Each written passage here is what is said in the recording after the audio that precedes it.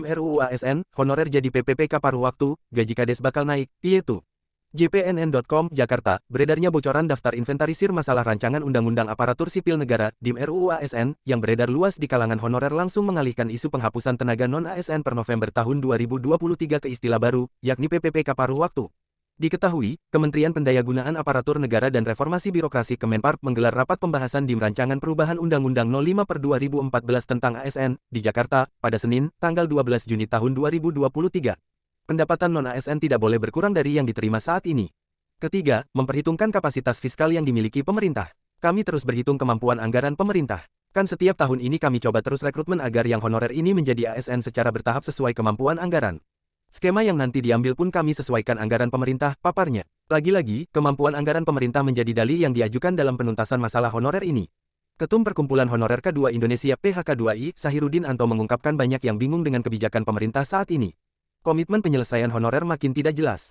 Seolah-olah honorer ini dianggap beban negara. Kami ini honorer yang bekerja pada instansi pemerintah dan instansi pemerintah ini apa sih kerjanya kalau bukan untuk mensejahterakan rakyatnya, kata Sahiruddin kepada JPNN.com, Kamis 6/7.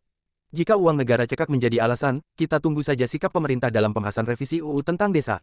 Jika pemerintah nantinya setuju gaji kepala desa dinaikkan dan masa jabatannya menjadi 9 tahun untuk maksimal 2 periode, sebagaimana usulan DPR, berarti alasan soal cekaknya anggaran pemerintah sulit diterima nalar, Sam Esi, JPN.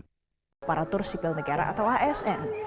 Pengunjuk rasa mengaku sudah mengabdi lebih dari 5 hingga 15 tahun sebagai honorer lintas profesi seperti guru dan juga tenaga kesehatan.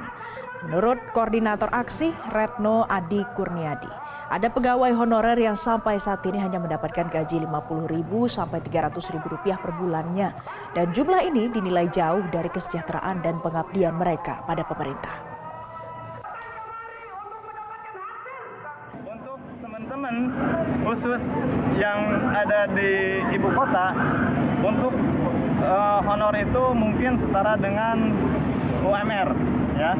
Itu udah bisa dikatakan memenuhi kebutuhan setiap hari. Tetapi untuk saudara-saudara kita, ya, dari mulai timur kemudian barat, ada dari salah satu kabupaten PD Aceh sudah berpuluh-puluh tahun digaji per bulan 50.000. Teman-teman ada, buktinya ada. Nah, maka bagian ini negara ya dalam hal ini harus melihat bagian itu. Dan di provinsi, kabupaten, kota, khususnya di luar Jawa tidak sesuai dengan yang pertama, segera buatkan regulasi pengangkatan ASN PNS, dasarkan PP 48